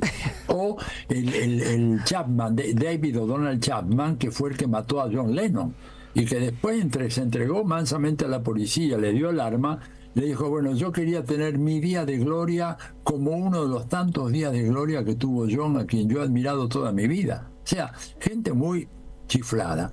Acá hay algunas cosas que nos cierran bien, por ejemplo, el hecho de que no se hubieran utilizado drones para vigilar los tejados o los techos de las casas. Esto da lugar a que, bueno, puede haber habido ahí una conspiración. Ahora, decir de que Trump iría en contra de la industria militar, siendo, como se ha probado, uno de los presidentes que más rápidamente incrementó el presupuesto del Pentágono, obviamente votado por el Congreso, me parece que no tiene mucho significado. Vamos a ver si se aclara. Yo personalmente no me hago muchas ilusiones, pero lo que sí quería decir es que yo estuve escuchando el día de ayer la convención en Milwaukee, ¿no es cierto?, y gran parte del discurso de Trump, y realmente llamó mucho la atención. Incluso creó mucha alarma entre los corresponsales y la prensa norteamericana, que estaba, ya es cierto que es una prensa que en general se inclina más por los demócratas, por el tono del discurso, un tono violento, pero rabioso al estilo de Milley, ¿no es cierto? Dividido en dos partes, además. La primera parte en donde él leyó, y ahí su staff le preparó un discurso más o menos tranquilo, calmado, pero luego apareció, digamos, se sacó la careta y fue prácticamente una hora ininterrumpida de insultos racistas de todo tipo, ¿verdad? Que francamente dejaron perplejo a mucha gente. Bueno, pero veo que la tenemos a Claudia de la Cruz ya en línea, ¿verdad? Hola, Claudia. Hola, Tilio, ¿cómo estás? Bien, acá andamos. Bueno, Telma, te dejo vos la presentación y después me pongo yo también a conversar algo con Claudia, nuestra ilustre invitada. Bueno, como no. A ver, sí. Vamos entre todos. Acá estamos con Claudia de la Cruz. ¿Qué tal, Claudia? Que es candidata presidencial en Estados Unidos por el Partido Socialismo y Liberación. ¿Qué tal, Claudia? ¿Cómo estás? Marcelo Rodríguez te saluda. Muy bien, gracias por tenerme. Feliz de estar con ustedes.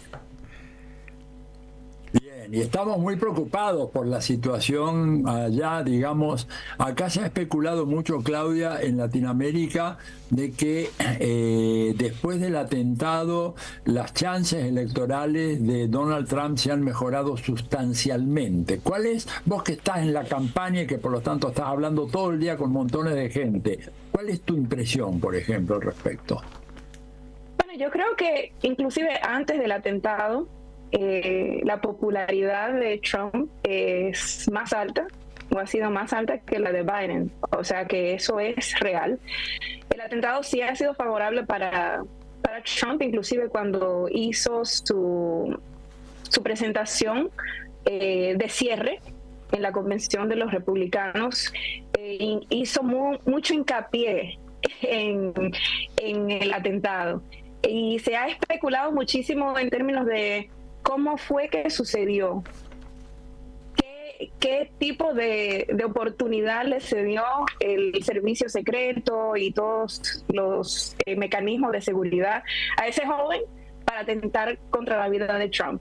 Para nosotros y nosotras ha sido más importante ver la implicación de ese atentado a lo que es las organizaciones que han hecho trabajo en contra del genocidio en Gaza, a las organizaciones que de frente han hablado en contra de los partidos de la clase dominante acá, de gente que ha estado movilizando y organizándose en contra de muchas de las políticas que se han estado desarrollando, particularmente que han estado saliendo desde la Corte Suprema, atacando el medio ambiente, atacando a la clase trabajadora, atacando a las mujeres, a la comunidad LGBTQ. Entonces, las implicaciones de este atentado en contra de la vida de Trump, que nadie sabe cómo sucedió, tienen unas implicaciones fuertes porque están llamando a una unidad. Biden sale y después de haber hablado tanto en contra de Trump, de decir que es una amenaza a la democracia, sale básicamente llamando a la unidad, a una unidad que tenemos claro es de la clase dominante, no necesariamente de la clase trabajadora, y refiriéndose a la violencia política. Y la violencia política, como se define, como la definen ellos, es la violencia política en contra de la clase dominante. Y eso se ve en muchas diferentes formas. Quienes hablan en contra del genocidio y quienes se expresan en las manifestaciones, de alguna forma, son vistos y vistas como personas violentas. Ya lo han articulado, ya lo han dicho. Entonces, las implicaciones es más represión a los movimientos sociales, más represión a los grupos socialistas. Están hablando de esta violencia política sin articular o conectar lo que han hecho en Palestina, sin articular o hablar de cómo también contratan a policías de Kenia a invadir Haití, de las muertes y las encarcelaciones de muchos y muchas personas activistas de diferentes frentes de lucha. Eso no es violencia política. Pero el atentado en contra de la vida de Trump sí lo es. Entonces tenemos que tener bien claro hacia dónde van. La popularidad de Trump es algo que ha venido desde hace tiempo. O sea, el Partido Demócrata desafortunadamente no ha proveído ningún tipo de oposición real, porque son parte de la misma clase. Defienden los mismos intereses, ¿verdad? Claro que sí. Ahora, Y más la gente se está dando cuenta de eso. Dime una cosa, Claudia, a mí me sorprendió que en la convención de Milwaukee había un representante de los camioneros, de la Teamster Union, ¿verdad? Que según mis récords es la primera vez que se produce un hecho de ese tipo, que hace pronosticar un apoyo de un sindicato muy, muy importante en Estados Unidos, como es los camioneros, por la candidatura de Trump. ¿Crees que eso efectivamente podría llegar a ocurrir? Yo creo que eso sería un conflicto interno dentro de lo que es ese sindicato.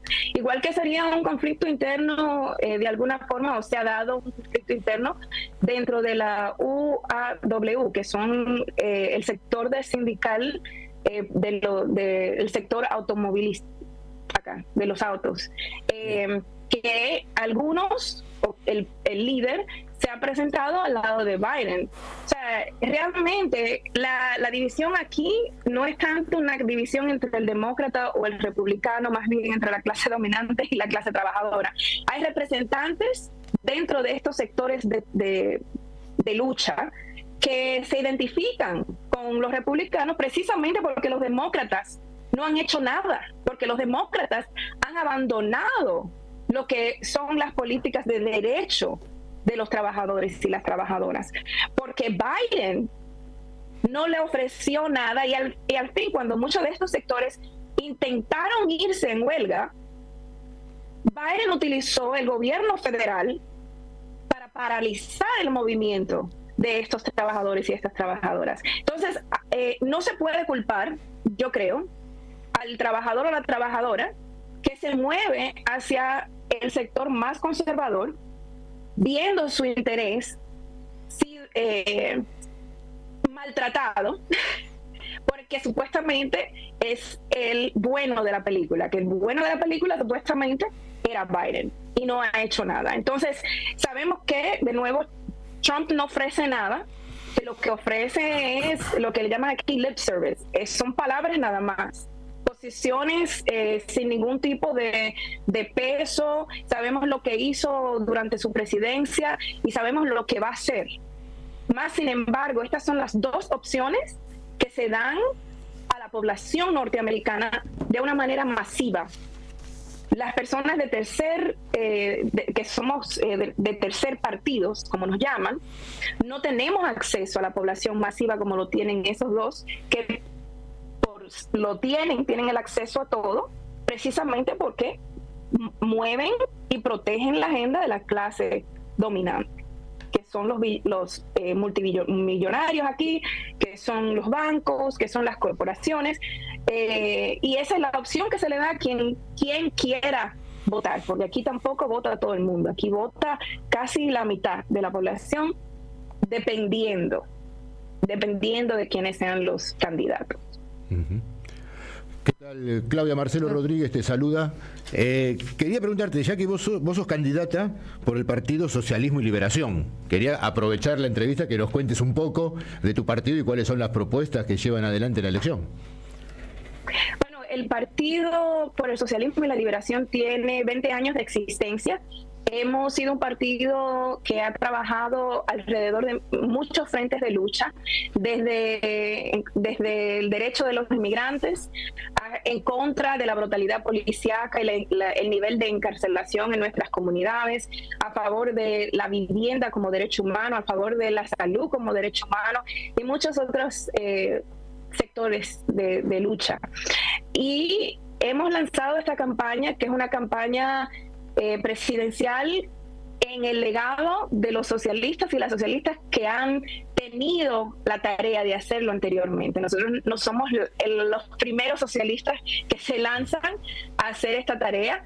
y sabemos que es una tarea ardua y difícil, pero la tomamos como una oportunidad de educación masiva, de educación política masiva, de poder dar a conocer al partido y de poder acumular fuerzas. Vamos a estar en más de 20 estados en las boletas de voto. Tenemos ya 270 votos electorales que son necesarios para tomarse en cuenta. Desafortunadamente, vivimos en un país que no es un país democrático, no tiene democracia, es una democracia burguesa. Y obviamente marginalizan a los grupos que somos de tercer partido. Mas, sin embargo, seguimos dando la batalla, visitando diferentes estados, hablando con distintas comunidades y tomando la oportunidad de hacer esto como parte de nuestra tarea de crear base, de crear espacios donde la gente pueda participar y pueda activarse, no tan solo a nivel electoral, pero a nivel político y social, y poder hacer los cambios necesarios para acumular las fuerzas y ser una fuerza política dentro del proceso electoral en este país. Estamos hablando con Claudia de la Cruz, candidata presidencial de Estados Unidos por el Partido Socialismo y Liberación. Claudia, yo te quiero volver a llevar un poco al tema de Donald Trump. Él, justamente en la convención designó a su vicepresidente. No es un poquito más moderado como fue el anterior, Mike Pence, sino un duro, tengo entendido. Se lo conoce como J.D. Vance. Y me gustaría, si pudieras describirlo, sé que es un hombre joven, que fue marín, pero me gustaría que lo describieras también políticamente. O sea, es desafortunado verla, es como que ver una parodia ser real. Eso es lo que todo ha sido para nosotros aquí en los Estados Unidos. J.D. Vance es lo que le llaman un venture capitalist. Él es parte de los capitalistas nuevos, que no son necesariamente de Wall Street, pero están ahí para ser multimillonarios, y viene del mundo de la tecnología. Él se presenta como alguien que surge de una de las luchas de las clases trabajadoras, pero no es nada así. Realmente en algún momento habló malísimo de Trump, sí, y ahora está del lado de Trump, que uno puede ver el nivel de falta de integridad y cómo se puede vender una persona. O sea que no deja mucho que desear este J.D. Vance. Y creo que muchas de las personas en los Estados Unidos, gente de conciencia, gente progresista, y gente que con el movimiento en contra del genocidio en Gaza, que están entrando a lo que es la actividad política, saben que no es un amigo de la clase trabajadora, que no es nadie que va a oponerse a las políticas de Trump. Sabemos que, al contrario, precisamente porque ha visto la oportunidad de escalar en lo que es la carrera política, va a seguir vendiendo a la gente y va a seguir vendiendo su integridad al mayor postor. Y ahora mismo ese es Trump. Claro, además es un hombre joven en el sentido de que justamente Donald Trump es un hombre de bastante edad. Bueno, puede terminar o no 4 o 8 años de mandato, pero puede sucederlo, puede ser que sea el sucesor de Donald Trump. Y respecto a sucesiones, te quiero preguntar, ¿qué va a pasar con Joe Biden? Lo que se dice acá es que hay enormes presiones dentro del Partido Demócrata para que se baje de la candidatura. La convención va a ser el 19 de agosto en Chicago. Antes de esa fecha, ¿puede ser que se baje? Porque dicen que no quiere saber nada, está aferrado con uñas y dientes a la candidatura. ¿Hay algún otro candidato? ¿Cómo podrías describirlo vos desde allá para el público latinoamericano? Bueno, la realidad es que nosotros acá tomábamos la posición de que, bueno, Biden no va a soltar. Y no va a soltar porque hay quienes son leales a Biden. Más sin embargo, ayer y antes de ayer hubieron conversaciones con Obama Así es. Y con otros y otras que son de alto rango dentro del Partido Demócrata. Lo que quiere decir que las posibilidades de que lo fuercen a tener que bajarse de la candidatura son reales. Ahora mismo están en pánico. Hay un pánico real. Hay divisiones reales que están pasando dentro del Partido Demócrata que son notables y no se pueden de ninguna manera tapar. Nosotros pensamos que la persona a la cual pueden quizás darle la oportunidad de tomar la candidatura sea Kamala Harris, porque se vería muy mal que siendo la vicepresidenta, siendo una mujer negra, no la tomen en cuenta para ser la candidata. Y eso es porque, de nuevo, tienen una crisis increíble, particularmente con la comunidad joven, con la comunidad negra y la comunidad latina. Sus votantes.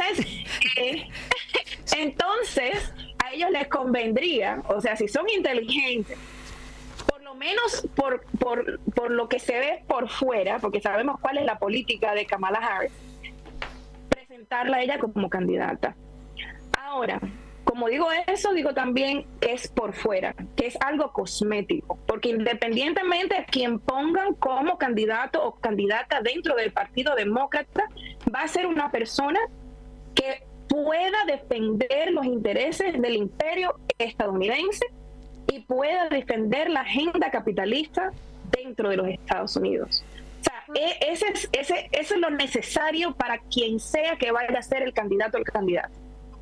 Claudia, dime, ¿y no será que quien sea candidato lo va a elegir ese club de donantes que dicen que tienen 90 millones de dólares ahí esperando, que no los van a poner hasta que no se baje Biden? Y en una de ¡Claro! esas va a ser así, Sí. ¿no? Claro, Ahora, imagínate, Clooney, que es el actor, o sea, millones de dólares en donaciones, y dijo que él no iba a donar un centavo más si no se cambiaba el candidato. Y así hay muchos y muchas. Porque, y no es porque están en contra de la política, porque no es que estén en contra de la política, es que dicen que es muy viejo, que no es un contingente fuerte en contra de Trump. Son cosas que no necesariamente tienen que ver con la política, porque eso es lo que le interesa a ellos, mantener la política y la agenda de la clase dominante, de los ricos, de los millonarios. Eso es lo que le interesa, más sin embargo, le importa más también cómo se ve. Que se vea fuerte, que se vea vigoroso, que se vea joven, que se vea capaz, porque el señor no puede ni siquiera articular una oración, no puede decir nada, no se puede parar por 5 segundos sin ser llevado. O sea, y eso es una expresión de cómo está declinando lo que es la clase capitalista de este país. Es una cuestión, es sumamente interesante. bien, muchas gracias, Claudia. No sé, Telma y Marcelo, si ustedes tienen alguna pregunta más, ustedes dirijan desde el piso, yo estoy... No, yo agradecerle. Al contrario, muchísimas gracias, Claudia. Muy interesante tu descripción y también la propuesta de tu partido. Te agradecemos muchísimo esta entrevista. La mejor de la suerte, Claudia. La mejor de la suerte es la campaña. Así es. Gracias a ti, gracias Marcelo, gracias por tenerme y cuídense mucho por allá, que sé que también están en lucha. Igualmente. De aquí les apoyamos. Igualmente, un abrazo. Claudia de la Cruz, candidata presidencial de Estados Unidos por el Partido Socialismo y Liberación. Deja tu mensaje en nuestra línea de oyentes de WhatsApp.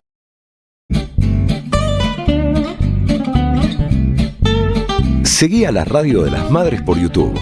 Activa las notificaciones, dale like y suscríbete a nuestro canal. Somos Radio AM530. Construimos comunidad. Buscamos la verdad siempre.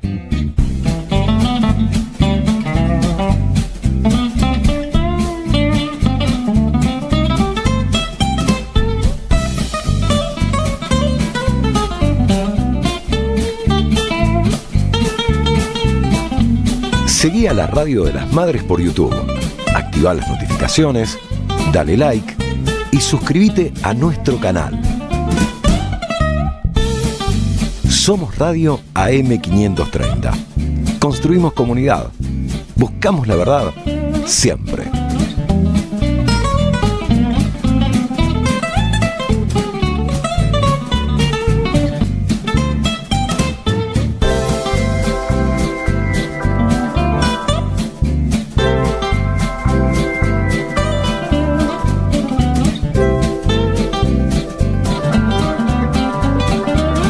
Somos Radio AM530. Construimos comunidad. Buscamos la verdad siempre.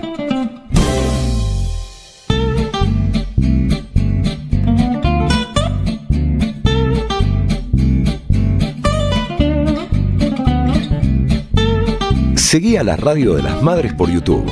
Activá las notificaciones, dale like y suscríbete a nuestro canal. Somos Radio AM530. Construimos comunidad. Buscamos la verdad siempre.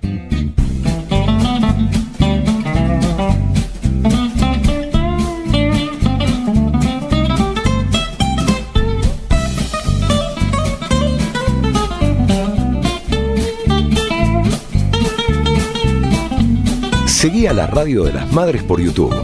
Activá las notificaciones, dale like y suscríbete a nuestro canal.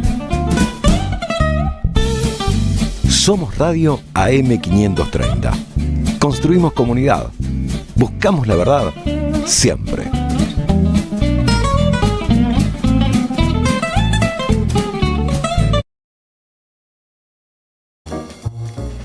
Bueno, acá seguimos con Diálogo Internacional. Vamos a la columna de nuestro querido Marcelo Rodríguez.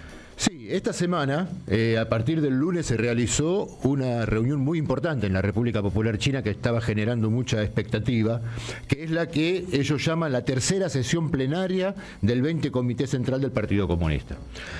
Es una reunión que siempre es muy importante porque desde el inicio del proceso de reforma y apertura, que fue en 1978, se utilizaron estas sesiones plenarias para realizar los balances, la planificación y tomar las decisiones de cómo se sigue avanzando en lo que se llama el proceso de reforma y modernización de la República Popular China. Así que cada una de estas sesiones, que no se hacen todos los años... Eso te iba a preguntar, ¿no? ¿Cada cuánto era? No es que se hacen todos los años, pero que tiene una importancia muy grande cuando se hace, por eso la expectativa que generó. Esta reunión empezó el lunes 15 y terminó el 18 de julio, cuando sacó un comunicado en el cual se ratificó lo hecho por el gobierno de Xi Jinping en estos últimos años y se ratificó el camino de la profundización de las reformas y la modernización. Por eso culmina, que es otra de las cosas que se esperaba, con un fuerte apoyo al liderazgo del partido y al presidente Xi Jinping para seguir llevando adelante el proceso chino. Una de las cosas que se puede ver en documentos y comentarios muy interesantes es que se tuvo muy en cuenta la situación internacional, y la situación internacional compleja, que dice, ¿no?, como lo llamaron ellos, y difícil, y que había que ver los desafíos y peligros que esta situación internacional está provocando, pero a la vez, cómo puede eso influir en la política interna y externa de China, y cómo China influye en esa política internacional, pero a la vez es un nuevo orden internacional el que se está gestando, de multilateralismo, ¿no?, más allá de todos los conflictos que generan peligro en este momento. Teniendo en cuenta esto, se acordaron unos cuantos puntos, pero quería nombrar algunos que me parecían importantes, ¿no?, que había que se adhieren al principio general de seguir persiguiendo el progreso, garantizando a la misma vez la estabilidad. Esto es interesante porque en los últimos tiempos se ha venido discutiendo si hay un enfriamiento de la economía china, porque sus tasas de crecimiento no eran las históricas tasas chinas del 8 y el 10%, cuando en realidad uno puede ver que hay una planificación, ¿no?, de desacelerar un poco el crecimiento para, entre otras cosas, no dañar el medio ambiente. que es otro de los puntos que tomaron, ¿no? Y lograr que sea un crecimiento más estable luego del periodo de crecimiento feroz, podemos decir, que tuvieron. Que hay que garantizar tanto el desarrollo como la seguridad, promover el desarrollo de alta calidad. Eso es uno de los puntos centrales y que va a influir mucho en todo el mundo, esta postura de avanzar mucho en la productividad a través de las nuevas tecnologías y cómo regular también la productividad, y no solo la productividad que se alcance con las nuevas tecnologías, sino la distribución, ¿no? Se insiste mucho en China que la modernización que ellos impulsan no es como la modernización occidental, que se podía medir muchas veces en el aumento del PBI, de la productividad, etcétera, sino que en China la modernización se mide por el aumento de calidad del pueblo, fundamentalmente, ¿no? Y es una concepción muy distinta e interesante a lo que nosotros estamos acostumbrados. Obviamente, salvaguardar la seguridad nacional y la estabilidad social, ya dentro de este debate, este intercambio que hubo sobre la situación internacional. Promover el desarrollo de la defensa nacional y de las Fuerzas Armadas, ratificando que China no va a ser un país agresor, sino un país que solo actuaría en defensa de un ataque extranjero. En este sentido, darle mucha importancia al tema de Taiwán, que hemos hablado en el programa, las distintas maniobras militares que han hecho tanto Estados Unidos como China también defensivamente en la zona de Taiwán, que es una de las zonas, como decía Raimundi, ¿no?, en la entrevista, junto con Ucrania, otra de las zonas calientes en las cuales se busca desestabilizar la política china. Promover una diplomacia de grandes países con características chinas, que esto está bueno, habría que enlazarlo, me parece muy interesante, cuando hablamos de política internacional.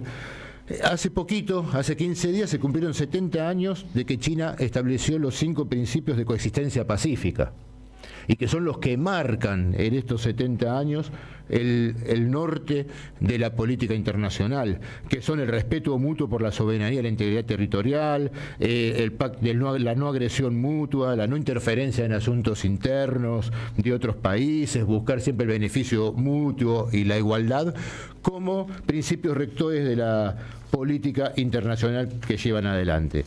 En síntesis, me parece, hubo mucha expectativa. Conocemos el primer documento que salió, pero sabemos que de esta tercera reunión y con esta orientación de profundizar la modernización, profundizar las reformas y prestarle mucha atención, podríamos traducir nosotros, a la situación internacional y fortalecer la capacidad defensiva de la República Popular China ante cualquier agresión que pueda sufrir de alguna potencia extranjera vinculada a la OTAN, como sabemos, por lo que está sucediendo en estos momentos. Así se desarrolló esta tercera sesión, que seguramente en las próximas semanas seguirá entregándonos información que nos permita poder seguir viendo las tendencias y hacia dónde se dirige este multilateralismo que está fuertemente apareciendo en un nuevo orden internacional.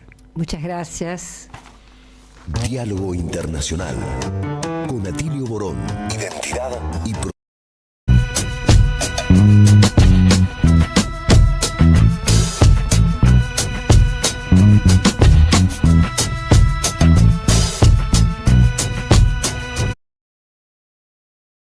Más información, le tenemos que decir a nuestro querido Roberto Casella, siempre presente desde Italia. Muchas gracias por el mensaje. ¿Qué más tenemos? Marcelo, ¿tenemos ganador o ganadora? Tenemos, vamos a saludar primero a Luis de Rosario, Abel de la Ferrere, Inés de José Cepaz, Edith del Parque, Ana de Palermo, Fernando de Quilmes, Roberto de San Isidro. Bueno, digo que ha picado en punta la idea del abrazo de San Martín y Bolívar. Sí, ¿no? Como para el día del amigo, Atilio, seguro estás ahí, es el que está teniendo mucho más consenso. Qué bueno, estoy ahí, muchas gracias. La verdad que felicito a quienes apoyan esa iniciativa. Para el año que viene creo que vamos a tener un día de amigos diferente. Porque 26 la verdad de julio. La llegada a la luna de un cosmonauta norteamericano, qué sé yo. Perdón, y una última chiquitito. Mencionaste a Roberto Casella, nuestro gran amigo de Italia. Bueno, Roberto está leyendo a contramano el libro dialogado que escribimos con Alexia Masolder y mandó un mensaje, dice quiero que sea un texto de estudio en nuestras universidades para entender la historia de América Latina. Así que gracias, Roberto. Sé que me estás escuchando, te mando un gran abrazo. Sí, un abrazo, Roberto, seguro. Bueno, Héctor de Martínez, Augusto de Caballito, Horacio de Santa Fe, Adriana de Liniers, Rubén de Zona Norte. Bueno, muchísimos mensajes, gracias a todos, siempre presentes. Y la ganadora del libro de hoy, que es Realismo y Metafísica en Roberto Art, Macedonio Fernández y Leopoldo Marechal, de Roberto Retamoso, es Graciela de Colegiales. Así que felicitaciones, Graciela de Colegiales. A partir del lunes podés pasar a retirar tu libro por Librería Baraco, Entre Ríos 921, Ciudad de Buenos Aires. Bueno, entonces, no sé, yo primero quiero darle las gracias al equipo, tengo que darle las gracias a Leandro Deza, productor general, muchísimas gracias. Sin él, el programa realmente no sé qué sería. También a Florencia Frezza, que es nuestra operadora, a Vicente Castro y al productor musical Lalo Recanatini. No sé, Atilio, si querés decir algo antes de la despedida. Mirá, no, bueno, sí, decir que realmente ha sido un programa estupendo. Yo lo escuché gran parte, digamos, mientras venía. Buenas entrevistas con Paola Pavón, las columnas que vos hiciste, la de Marcelo, las que pude escuchar. Ahora la entrevista con Claudia. Claudia es una mujer, una gran militante, una gran activista. Si vieras la influencia que tiene, sobre todo en la ciudad de Nueva York y alrededores. Ella está basada en Bronx, es de origen puertorriqueño, criada pero en los Estados Unidos, habla inglés pero a la perfección total, y es realmente una líder impresionante. Habrá que ayudarla a difundir sus ideas, pero como nos dijo ella muy claramente, en realidad en Estados Unidos hay un partido único, no hay dos partidos dominantes. Está un partido un poquito más reaccionario, un poquito menos reaccionario, pero ninguno representa los intereses de la gran masa de la población norteamericana. Y lanzó también una advertencia: ojo que allá el voto no es obligatorio. Así que vamos a ver qué pasa en estas elecciones que vienen muy complicadas, y yo no descartaría definitivamente que hubiera alguien que reemplace a Biden, porque Biden viene muy mal en las encuestas, está mal de salud, por más que el hombre lo trata de disimular, pero es muy, muy difícil. Ya ha habido varios traspiés mentales y físicos, así que creo, ahora lo que no estoy seguro es que Kamala Harris sea la mejor candidata, porque por ejemplo yo he hablado con amigos que están en California, donde ella fue fiscal general del estado y no tuvo una conducta muy valorable para lo que sería el segmento más progre dentro de los demócratas. Sí, las encuestas por otro lado le dan peor que a Biden, así que realmente no es para nada aconsejable. El tema es que evidentemente, por lo que conocemos, no hay un candidato realmente interesante para proponer en lugar de Joe Biden. Realmente el Partido Demócrata creo que está en un problema bastante complicado. Así es. Muy serio. Así es. Bueno, aprovechamos también para saludar a Noelia Giorgi, por la Universidad Nacional de Avellaneda, y a Rodolfo Amaui, y a las repetidoras nacionales e internacionales, que bueno, los nombramos al principio del programa, pero un abrazo a Paraná, Córdoba, Bariloche, Salta, Florencio Varela, Venezuela, México, donde son varias las emisoras que repiten nuestro programa. Así es. Y bueno, nos vamos despidiendo. Damos la consigna con la que siempre se despide Paula Klachko. Le mandamos saludos a Paula y a Federico Montero. Es hasta la victoria siempre, y desde ya quédense para escuchar nuestro programa de tango. El tango será popular o no será nada, con Sebastián de Matei. Chao, hasta el sábado.